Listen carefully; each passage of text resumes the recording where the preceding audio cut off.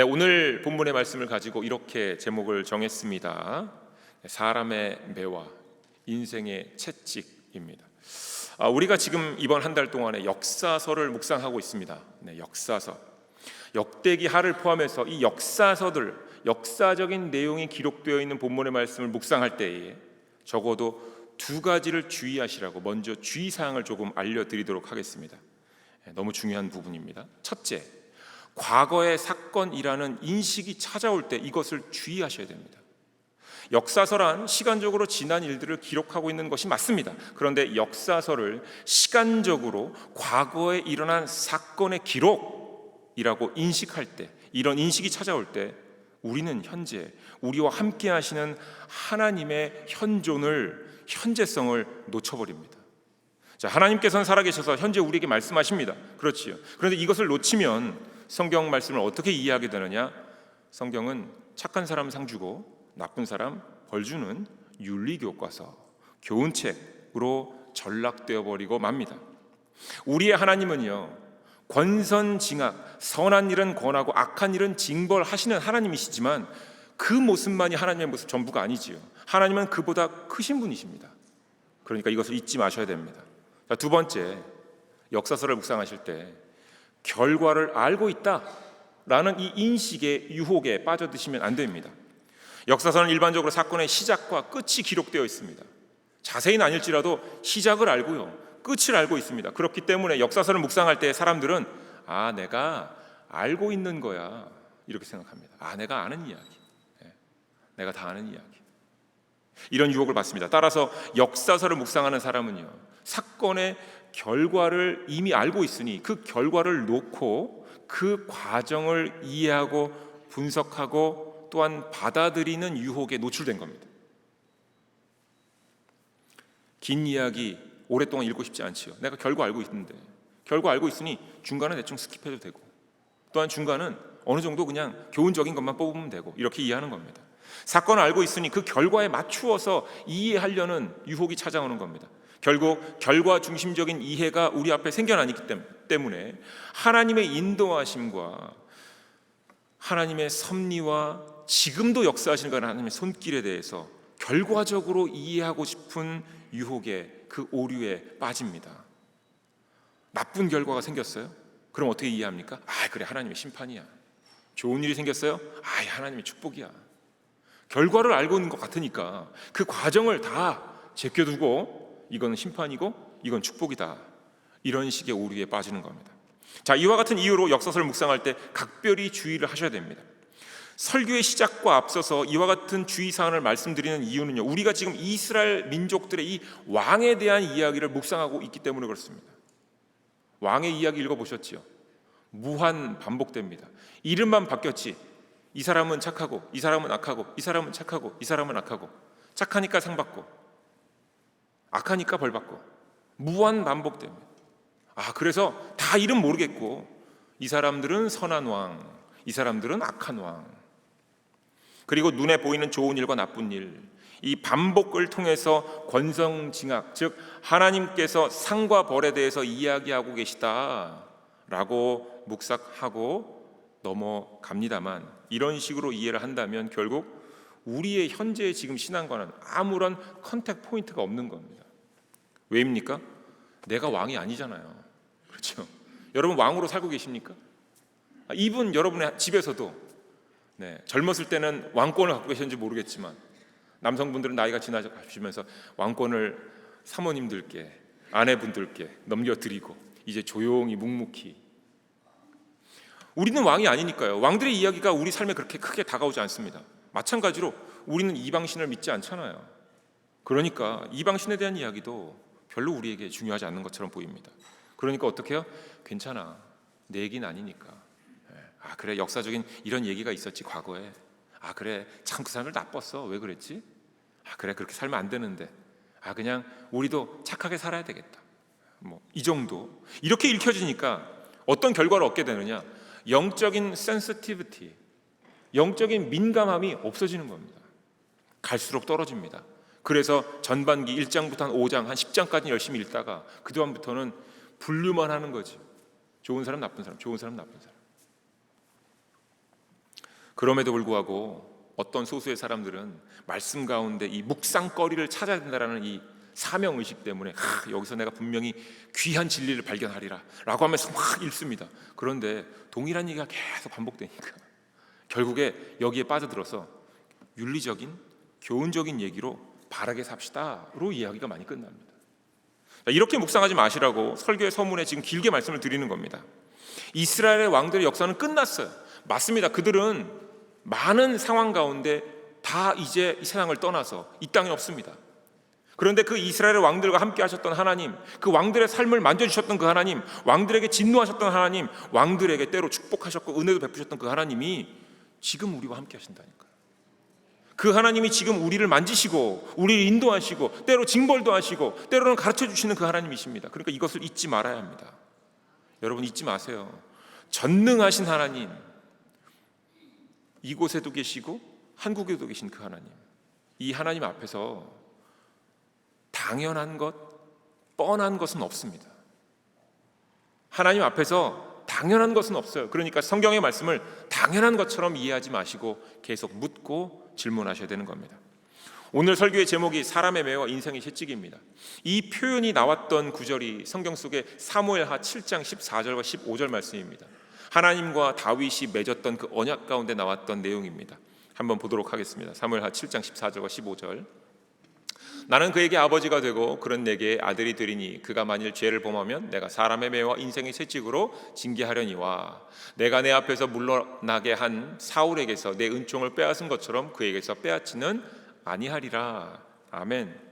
자, 이 구절을 최근 몇 주간 동안 심지어 어저께 속회에서도 제가 또 한번 나눴습니다. 제가 제일 자주 인용하는 성경 구절입니다. 왜냐하면 하나님과 다윗이 맺었던 이 언약이 이스라엘 나라들과 각 왕들과 깊은 연결고리가 있고 우리와도 연결이 되기 때문에 그렇습니다. 다윗이 하나님께 성전을 드리고자 합니다. 그랬더니 하나님께서 아니야, 너는 성전 짓지 마, 네 후세가 짓게 할 거야 라고 얘기하시는 거예요. 그러면서 다윗과 언약을 맺으시는 내용이 이 말씀이지요. 하나님께서 다윗의 후손들과 이렇게 하시겠다고 합니다. 내가 그들에게도 아버지가 돼주고 그들이 내 자녀가 될 거야, 이렇게 약속하시는 겁니다. 그런데 아버지로서 만약 다윗아 너의 후손들이 죄를 범하면 내가 그들을 징벌할 거야, 벌할 거야, 이렇게 말씀하시는 겁니다. 그것이 사무엘하 7장 14절과 15절의 말씀입니다.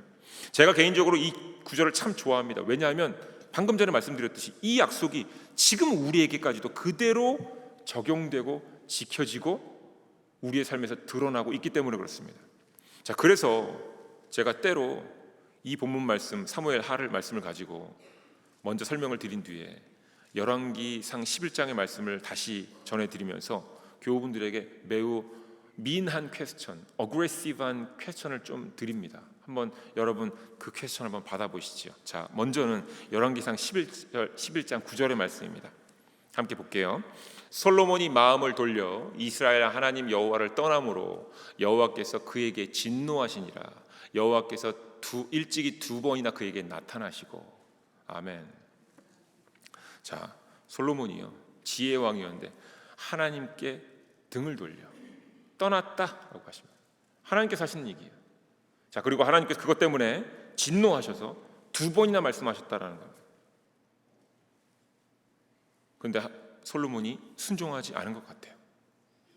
자, 솔로몬은 질문이에요. 질문 잘 들어보시고 대답해 보세요. 솔로몬은 지옥 갔을까요? 천국 갔을까요? 너무 이게 허망한 질문 같죠? 네. 아니요. 분명히 성경에 기록되어 있잖아요. 하나님께 등을 돌렸대요. 하나님을 떠났대요. 하나님께 두 번이나 찾아가셔서 그러지 마 하셨는데 그 얘기 안 들었대요. 그래서 하나님께서 진노하셨대요. 그가 천국 갔을까요? 지옥 갔을까요? 의견이 분분해지시면 안 돼요. 정답은 천국입니다만. 네. 자, 여러분, 그런데 왜 솔로몬이 천국 갔을 거라고 확신하십니까? 네. 회개한 내용이 있어요? 네. 그러면 회개하고 기도 열심히 하면 다 천국 갈 수 있는 겁니까? 성경 말씀이 있었잖아요. 지금 우리 사무엘하 7장 14절 15절 읽었잖아요. 다시 한번 볼까요? 15절 말씀이에요. 내가 내 앞에서 물러가게 한 사울에게서 내 은총을 빼앗은 것처럼 그에게서는 빼앗지 아니하리라. 하나님께서요 약속해 주신 거예요. 다윗아, 너의 믿음을 내가 받았다. 그러니까 너의 후손들이 죄를 범하면 내가 징벌은 할 텐데 내가 사울에게 한 것처럼 그 앞에서 은혜는 뺏지 않을게. 약속해 주신 겁니다. 천국 어떻게 가는 나라입니까? 예수 그리스도 믿고 그 믿음 따라서 하나님의 긍휼하심을 입어가는 나라 천국입니다. 우리의 노력으로 우리의 힘으로 가는 나라가 아니잖아요. 그렇죠. 따라서 하나님께 다윗에게 하신 약속, 그 하나님의 은총이 다윗의 자손 솔로몬에게 거두어지지 않는 겁니다. 비록 그가 하나님께 등을 돌렸고요, 하나님을 떠났고, 그리고 하나님이 진노하셨지만 하나님께서 그를 버리시지 않았습니다. 아멘. 왜라고요? 약속하셨기 때문입니다. 단순하게 솔로몬이 지혜의 왕이었으니까, 지혜가 많았기 때문에 천국 갔다 생각하시면 안 돼요. 하나님이 약속하셨습니다. 하나님께서 다윗과 약속하셨습니다. 그리고 이 언약이 모든 왕들에게도 그대로 다 적용되는 거예요. 왜냐하면 다윗 왕의 후손들이잖아요. 우리가 하나님의 자비하심이 크고 무한한 것처럼 이해를 하면서도 하나님의 자비하심을 논의합니다만, 정확하게 말해서 하나님께서 그 자비하심도 약속해 주신 겁니다. 내 은총을 빼앗지는 아니하리라 약속하셨기 때문에 선해 보이는 왕과 악해 보이는 왕들에게도 이 언약이 지켜지는 겁니다. 왕이 선하기 때문에 그가 천국 가고, 왕이 악하기 때문에 그가 지옥 가는 게 아니라, 그가 비록 선하고 악해도 그들의 힘과 능력으로 가는 것이 아니라 하나님의 언약으로 가는 겁니다. 그런데 이 언약이요, 지금 우리에게도 적용된다니까요. 그래서 우리가 때로 죄를 지어도 하나님께서 진노하셔도 우리를 버리시지 않는 겁니다. 그러니까 우리가 회개할 기회를 얻는 겁니다. 그리고 여기서 우리가 반드시 확인해야 될 것이, 은총을 거두시진 않지만 죄를 가진 사람들을 징계하신다라는 내용입니다. 은혜만 말씀하지 않으셨어요. 내가 너희들 버리지 않을게. 그런데 징계는 할 거야, 이겁니다. 죄를 고백해라는 겁니다. 그리고 이 징계의 방법이 바로 사람의 매와 인생의 채찍입니다. 자, 여기서 잠깐 단어 설명을 잠깐 드리고 넘어가겠습니다. 죄를 범한 자에게 사람의 매를 사용하신다고 그랬어요. 매가 영어로는 rad라는 단어예요. 그래서 가는 나뭇가지, 브랜치 같은 거입니다. 이런 회초리 같은 건데, 이게 히브리어로 쉐베트라는 단어예요. 이 쉐베트라는 단어가 그냥 가지라는 의미도 있지만 지파, 씨족, 영어로는 tribe입니다. 그러니까 가만 보세요. 성경적으로 설명을 드리자면, 사람의 매란 사람을 매처럼 사용하셔서 아프게 하시는데, 그 매가 누구냐? 바로 우리의 씨족, 가족입니다. 하나님께 처음에 사람의 매를 사용하신다는 얘기는 뭐냐면요, 죄를 지은 사람에게 징계를 내리시는데 바로 그 주변 사람들을 통해 나를 고통스럽게 하신다. 이게 첫 번째입니다. 사람의 매. 사실 가족들과 친족들에게 고통을 당하는 것이 모르는 사람들에게 당하는 것보다 가슴이 더 아픈 상황처럼 보여요. 믿고 의지했는데 그 사람들이 나를 공격하면 얼마나 힘들겠습니까? 하지만 하나님께서는 하나님의 매는 들지 않으시는 거예요. 이게 중요합니다. 하나님께서 하나님의 매를 드시면 그 매를 맞고 살아날 사람이 없습니다. 그 매를 맞으면 사람은 심판받는 거예요. 영원히 끝나요, 그냥. 그러니까 하나님께서 사람의 매를 사용하시는데 그 사람의 매가 가족이에요. 그래도 가족은 때로 속상하게 하고 정말 억울하게 해도 가족이라는 연결고리 때문에 다시 만날 기회가 있잖아요. 그러니까 하나님께서 기회를 주시는 거예요. 서로를 돌볼 수 있도록.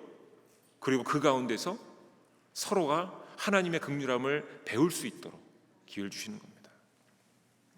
사람이 유한하기 때문에 하나님께서 사람의 매를 허락하신 겁니다. 자, 여기에 더해서 이제 죄를 범한 자에게 인생의 채찍을 사용하신다고 했습니다. 근데 인생이라는 단어가 영어로 life가 아니고요, 여기 성경 말씀 NIV 버전을 봤더니 children of men입니다. 그러니까 children of men에 대한 채찍인 거예요. 자, 히브리 단어 네가라는 단어가 일격, stroke이라는 단어이기도 하고요, 전염병을 가르치는 단어이기도 합니다. 그리고 이 단어의 기본 어근이 되는 나가라는 단어가 만지다, 닿다입니다. 즉 인생의 채찍이란 죄를 내가 지었는데 내가 징계를 당하는 게 아니라 내 주변의 자손들이, 형제들이 당하는 겁니다. 좀 이해가 안 되죠. 그런데 성경에 이런 비슷한 예들이 많이 있습니다. 종합적으로 설명을 드리자면요, 사람의 매와 인상의 채찍이란 무엇이냐? 죄를 지은 사람에게 죄를 깨닫게 하시는 방법인데, 그게 어떤 방법이냐면 죄를 지은 사람 주변 사람들이 그 사람을 공격하거나, 혹은 내가 죄를 졌는데 내 주변 사람들이 고통 가운데 있어서 내가 그걸 보게 하는 겁니다. 자, 무슨 의미인지는 이해가 되셨을 겁니다. 그러면 한 가지 예를 드리면 이렇습니다. 다윗이 우리아의 아내 밧세바를 뺏으려고 하는 가운데 하나님께서 그의 죄를 깨닫게 하시면서 행하신 일이 사무엘하 12장 10절부터 11절 말씀에 나와 있습니다. 한번 보시죠. 하나님께서 다윗에게 하신 말씀입니다. 이제 내가 나를 업신 여기고 햇사람 우리아의 아내를 빼앗아 내 아내로 삼았은즉 칼이 내 집에서 영원토록 떠나지 아니하리라 하셨고, 여호와께서 또 이와 같이 이르시기를, 보라, 내가 너와 내 집에 재앙을 일으키고 내가 내 눈앞에서 내 아내를 빼앗아 내 이웃들에게 주리니 그 사람들이 내 아내들과 더불어 백주에 동침하리라. 아멘. 이 말씀을 아실 겁니다. 다윗의 자녀들 사이에 문제가 일어나게 생각합니다. 암논과 다말 사건 아실 겁니다. 암논이 다말이라는 배다른 형제를 탐하여서 상처를 주지요. 그랬더니 그 다말의 오빠가 압살롬이 암논을 죽입니다. 무슨 얘기입니까? 다윗이 죄를 짓자 가족들이 어려움을 당하는 겁니다. 너무나도 가슴 아픈 가족 사이지만 다윗의 입장에서는 죽을 때까지 잊지 말아야 하는 사람의 매와 인생의 채찍 사건입니다. 하나님께서는요, 다윗과 약속하시기 이미 전부터 다윗에게 이 징계의 방법을 알려주셨고 사용하신 겁니다. 사람의 매와 인생의 채찍이라는 의미는 뼈를 깎는 고통을 통해서 죄를 깨닫게 하시는 하나님의 방법을 보여주신 겁니다. 오늘의 본문 말씀으로 보면요, 역대하 12장의 말씀을 보지요. 르호보암과 남유다가 견고해지고 그 세력이 강해지자 하나님의 율법을 버렸다, 이렇게 말씀에 기록하고 있습니다. 남유다가 잘 사는 나라가 되자 하나님을 외면했고 영적으로 교만해졌다, 우리가 이렇게 묵상하죠. 그래, 영적으로 교만해지면 안 돼. 잘 먹고 잘 살면 하나님 외면하면 안 돼. 하나님께 항상 감사와 찬양 영광 돌려야지. 잘 먹고 잘 살수록 더욱더 하나님 앞에 나와서 열심으로 섬겨야지. 교만해지면 안 돼. 이런 교훈적인 얘기 하려고 지금 말씀이 기록된 게 아니라는 거예요. 이렇게 이해를 하셔도 괜찮습니다만 잊지 마세요. 이스라엘 백성들이 남과 북으로 나뉘어졌어요. 그렇죠? 이것은 하나님의 징계로 시작된 일입니다. 그렇죠? 네. 하나님께서 일부러 여로보암과 르호보암을 나뉘어서 나라를 맡게 하셨습니다. 왜요? 죄 때문에. 징계의 방법인 거예요. 사람의 매와 인생의 채찍입니다.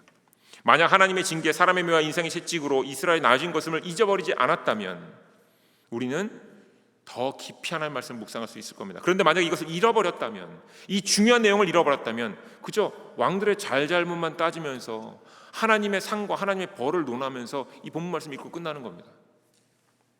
르호보암의 나라와 여로보암의 나라는 한 나라입니다. 하나님의 나라예요. 역대기가 국가의 재건을 고려하면서 썼기 때문에 당연히 르호보암을 더 띄워주고 르호보암의 나라가 더 잘됐다, 회복하고 있다, 이걸 보여주고 싶을 수도 있어요.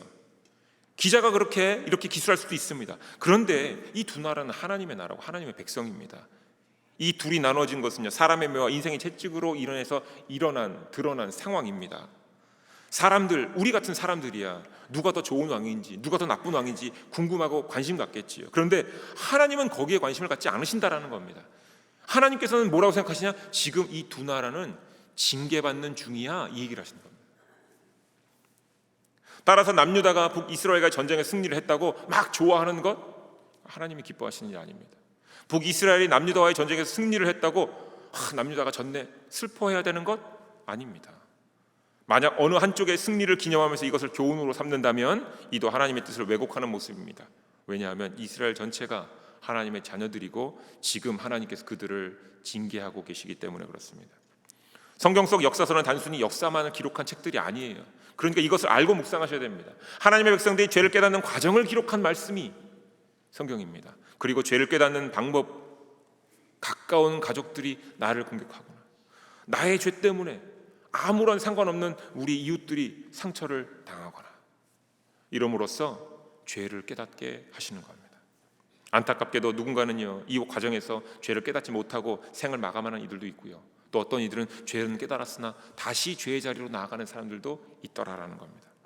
다시 오늘 본문의 말씀으로 돌아갑니다. 르호보암과 그의 나라가 견고해졌고 강해졌기에 하나님의 율법을 버렸다라고 기록되어 있습니다. 그런데 생각해 보시면 이래요. 북이스라엘은 10지파, 남유다는 2지파, 그렇잖아요. 어디가 더 큽니까? 10지파가 더 크지요. 그 작은 유다가 강성해지면 얼마나 강성해졌겠습니까? 그리고 그때 당시 이미 벌써 암몬도 있었고요, 애굽도 있었어요. 이미 애굽은 큰 나라가 됐었습니다. 그러니까 이 표현 자체만으로 보면 그냥 이 역대기하를 기술한 저자가 조금 더 남유다에 대한 명분을 세우려고 기록했음을 우리가 알 수 있다라는 겁니다. 상황적인 기록일 가능성이 크지요. 즉 하나님께서 보실 때는 어떤 마음이셨는가? 여로보암과 백성들이요, 어떻게 생각했다고요? 야, 어제보다 좀 먹고 살기 좋아졌어. 지난달에 너무 힘들었는데, 처음에 여로보암 때문에 너무 힘들었는데, 야, 이제 보니까 여로보암 힘이 좀 약해지고, 야, 남유다가 지금 막 번성해 커나가는 것 같아. 힘도 좀 생기는 것 같고, 좀 고급간의 음식들도 좀 채워지는 것 같고, 뭔가 좀 어제보다 나은 것 같으니까 뭘 잊어버렸다고요? 지금 징벌받는 중이잖아요. 사람의 매와 인생의 채찍으로 징벌받는 중인데, 하나님의 은혜와 자비하심 가운데 어제보다 오늘 형편이 조금 나아졌다고 징벌받는 걸 잃어버렸어요. 지금 하나님께 죄에 대해서 교육받는 중인데 잃어버렸어요. 어떻게? 난 죄인이 아니고, 우리나라가 먹고 살기 좋아졌고 형편이 나아지니 우리는 하나님께 사함받고 이제 회복하는 것만 남았어. 야, 더 힘을 내보자, 더 한번 노력해보자 하니까 하나님을 잃어버리는 거예요. 지금 징벌 중인데, 이런 예가 더 싫을지도 몰라요. 지금 감옥에 있는데 오늘 좋은 고기 반찬 나왔다고 본인이 감옥에 있는 걸 잃어버린 거예요. 이런 상황인 겁니다. 그러니까 하나님께서 지금 그들이 죄가 있는 걸 아시고 애굽을 들어서 그들을 치시는 겁니다. 자, 여기서 너무 중요한 것이 한 가지 나옵니다. 왜 북이스라엘이 아니고 애굽이냐 하는 질문이에요. 원래 사람의 매와 인생의 채찍으로 하시려고 했으면 다시 북이스라엘을 성장하게 해서 남유다를 치면 되잖아요. 그런데 북이스라엘은 여전히 힘을 못 쓰는 것 같고 남유다가 힘이 강한 상황에 애굽을 데려와서 치십니다. 왜? 이게 핵심입니다. 학자들의 말을 빌리자면 애굽의 시조가 창세기 10장에 나오는 노아의 아들 함의 자손 미츠라임이라고 얘기합니다. 그러니까 학자의 말을 완벽하게 우리가 신뢰할 수는 없겠지만 대충 우리가 생각해 보면 애굽도 이스라엘의 먼 사촌일 수 있겠다라고 생각할 수는 있어요. 근데 이거는 조금 단순한 이해입니다. 애굽은 어떤 나라입니까? 과거에는 역사적으로 보면 형제 나라일 수도 있어요. 그런데 아브라함이 본격적으로 신앙의 여정을 떠날 때부터 애굽은 끊임없이 믿음의 조상과 믿음의 후손들을 공격하고 못 살게 합니다. 과거에는 하나님의 어찌 보면 자녀였을지 몰라요. 그런데 애굽은 어떤 나라냐? 바로 하나님을 완벽하게 떠난 나라들을 대표하는 상징적인 나라입니다. 즉 세상을 상징합니다. 결국 애굽은 하나님을 온전히 떠난 민족이지요. 그래서 하나님께서 이스라엘 백성을 애굽에서 떠나게 하신 것, 그게 출애굽기입니다. 그런데 하나님께서 하나님을 완벽하게 떠난 민족, 세상을 대표하고 있는 이 상징하고 있는 이 애굽을 들어서 르호보암과 백성들을 다스리게 하셨습니다. 그리고 그 이유는 오늘 본문 8절에 기록되어져 있습니다. 함께 봅니다. 그러나 그들이 시삭의 종이 되어 나를 섬기는 것과 세상 나라를 섬기는 것이 어떠한지 알게 되리라 하셨더라. 아멘. 하나님께서는요, 세상이 종이 되는 것과 하나님의 종이 되는 것의 차이를 알게 하시고자 일부러 세상을 대표하는 나라를 들어서 치시는 겁니다.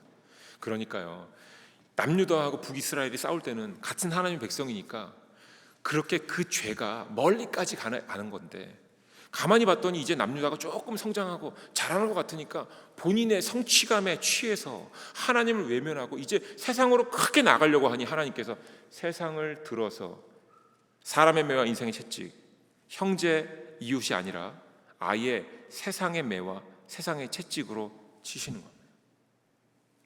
그러므로 인해서 하나님을 섬기는 것과 세상을 섬기는 것의 차이를 깨닫게 하시는 겁니다. 사랑하는 교회 여러분, 하나님은 사랑이시고 우리를 향한 하나님의 은혜와 자비는 헤아릴 수 없이 큽니다. 넓습니다. 하지만 참 우리 하나님은요, 우리에게 가르침을 주실 때는 정확하게 가르치십니다. 빈틈없이 분명히 가르치시는 거예요. 사람의 매와 인생의 채찍은 하나님께서 사랑하시는 정확한 사랑의 매입니다. 그런데 하나님께서 때로 세상을 매와 채찍으로 사용하시는 것, 이것도 오늘 본문의 말씀이 우리에게 보여주는 겁니다. 이유는 세상의 종으로 살아가는 유혹에 빠져들어가고 있으니 너무 안타까워서 진짜 세상이 무엇인지를 맛보여 주시는 겁니다. 세상을 섬기는 것과 하나님을 섬기는 것의 차이를 알게 해주시는 거지요.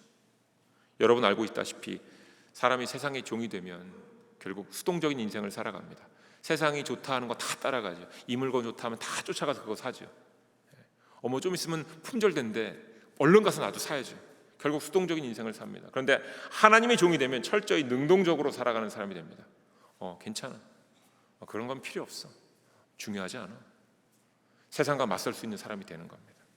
자, 이 예를 돕기 위해서 조금 더 다른 예지만 쉬운 예를 하나 드릴게요. 이 예를 마치고 오늘 본문의 말씀을 설교를 마치려고 합니다. 본교회가 소속되어 있던 UMC가 하나님의 말씀을 외면하고 하나님 말씀의 권위를 떨어뜨리고 사람들의 경험, 야 내가 성경을 읽어봤더니 이런 내용이야 저런 내용이야 이런 의미야, 이걸 다 모은 거예요. 그리고 사람들의 이성, 우리의 이성적인 판단을 믿는다. 그리고 우리의 이해, 우리의 어떤 합리적인 이해를 바탕으로 나아가자 세상의 가치와 판단이 그리고 세상의 권력이 교회 안으로 들어와 막 흔드는 겁니다. 하나님께서 하시는 겁니다. 세상의 매와 세상의 채찍으로 교회를 때리시는 겁니다. 한번 맛을 봐봐라. 그러시는 겁니다. 교회는 예수 그리스도의 몸동 공동체인데 이러한 교회가 예수님께서 걸으셨던 길이 아닌 세상의 가치와 판단을 쫓고 나아가고 있으니 성경의 권위를 내려놓고 내가 이해한 성경이, 내가 원하는 성경이, 내가 말하고자 하는 성경이 이거다라고 얘기하는 그것을 쫓고 있으니 하나님께서 지금 우리에게 이와 같은 일을 보여주시는 겁니다. 세상을 섬기는 일과 하나님을 섬기는 것을 경험케 하시는 겁니다. 성경의 권위가 사라진 교회들과 교단이 맞이하게 될 미래를 우리는 이제 조만간 앞으로 보게 될 것입니다. 그런데 본 교회가 GMC에 들어왔다고 해서 안심할 일은 아닙니다. 여러분, 북이스라엘이 망해간다고 남유다가 우리는 괜찮아, 너희들 징벌받는 중인데 죄 짓고 있네, 이렇게 될 수 있는 거예요. 우리가 GMC에 들어왔다고 안심할 일이 절대 아니에요. 동성애뿐만 아닙니다.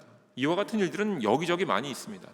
사람이여 나 스스로를 위해서 행하는 모든 행동들, 원하는 것들은 전부 다 또 다른 유혹이 될 수 있습니다.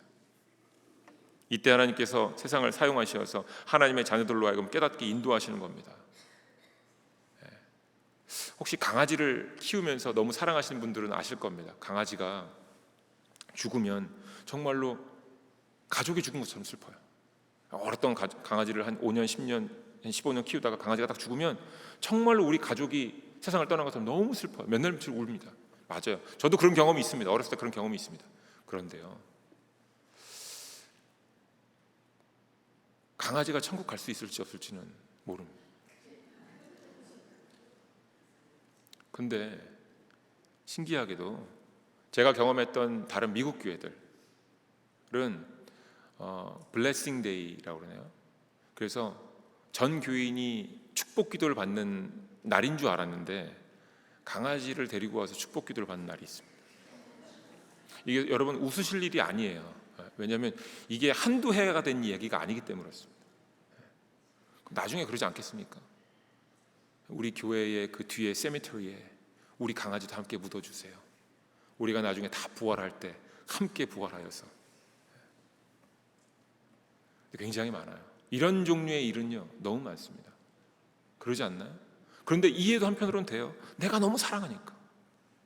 나 혼자 살아가는데, 특별히 외국분들 가운데 혼자 사시는 분들 가운데 강아지가 옆에서 친구가 되어주기도 하고 자녀 역할도 해주기도 하고 말동무가 되어주기도 하는 것처럼 해서 정말로 가족 같으니까 정말 이 가정아지가 죽었을 때 나도 나중에 죽었을 때 천국 갔을 때 만나고 싶은 마음이 있지요.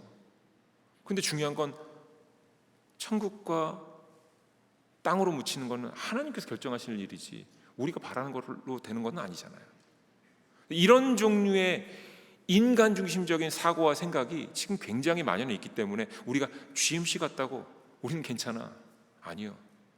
UMC가 지금 징벌받는 거 우리도 함께 받는 거예요. 왜냐고요? 우리도 같은 형제 자매 아닙니까? 하나님은 마음이 아프신 겁니다. 예수님께서 십자가에서 돌아가시면서 이런 말씀을 남기셨습니다. 예수께서 이르시되 아버지여 저들을 사하여 주옵소서 자기들이 하는 것을 알지 못함이니이다. 우리의 기도가 이렇게 돼야 되는 겁니다. 야, 우린 UMC 나왔으니까 잘 됐다가 아니라 UMC를 바라보면서 우리 기도해야 되는 거예요. 하나님, 그들도 우리의 형제 자매입니다. 어떻게 해야 됩니까? 십자가의 사건을 통해서 사람들이 자신의 죄를 깨달았듯이 세상의 종된 상황을 허락하시면서 하나님의 자녀들이 하나님께로 돌아오기를 하나님은 간절히 바라고 기다리십니다. 사랑하는 교회 여러분, 오늘의 말씀으로 우리의 삶을 다시금 낱낱이 살펴보셔야 됩니다. 우리의 매일매일의 삶 속에서 하나님의 은혜가 분명히 있습니다. 하지만 보다 정확하게 하나님을 섬기는 것과 세상을 섬기는 것에 대한 분명한 구분이 우리에게 있어야 됩니다. 따라서 하나님께서 우리에게 사람의 매와 인생의 채찍을 허락하신 겁니다. 지금 우리의 삶에, 여러분의 삶에 사람의 매와 인생의 채찍이 드러나 있지는 않습니까?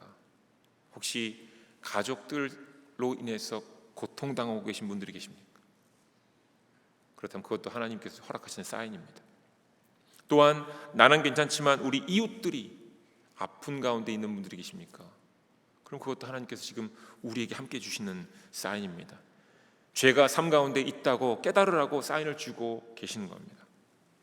만약에 지금 너무 평안하십니까? 아무 일도 없고 난 괜찮아, 심지어 우리 가정도 괜찮아, 우리 교회도 괜찮아. 그렇다면요, 사람의 매와 인생의 채찍 가운데 계신 형제 자매님들을 찾아 도우셔야 됩니다. 그리고 세상의 매와 채찍 가운데 계셔서 아파하시는 분들, 이도저도 못하시는 분들이 계시다면 적극적으로 기도하면서 그분들이 하나님의 자녀로 다시금 이끌림 받을 수 있도록 우리가 힘을 써야 할 것입니다. 이것이 하나님의 은혜를 얻은 사람들의 소명입니다. 우리 가정과 사업장 그리고 주변의 모든 사람들의 삶을 살펴보십시오. 기도하시며 살펴보십시오. 그저 지난 역사의 왕들의 이야기를 기록해 놓은 것이 아니라 하나님께서 주시는 마음으로 우리 주변을 살펴보아서 각자의 삶에서 각자의 삶의 왕이 된 사람들의 삶을 살펴보면서 그들의 삶을 일으켜 깨우라, 주께로 인도하라 말씀하시는 겁니다. 사람의 매와 인생의 채찍 가운데서 하나님을 깊이 만나십시오. 또 세상의 매와 채찍 가운데 아파하시는 분들 바라보시면서 찾아가셔서 말씀 나누시면서 우리가 하나님께로 받았던 그 소명을, 받았던 은혜를 감당하시고 증거하시는 달락중앙감리교회의 성도 되시길 주님의 이름으로 축원드립니다. 기도하겠습니다. 하나님, 우리에게 하나님의 언약을 알게 하시니 감사를 드립니다.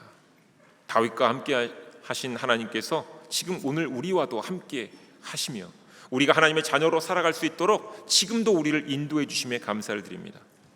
하나님, 오늘 주신 말씀으로 우리의 삶을 낱낱이 살펴보게 하옵소서.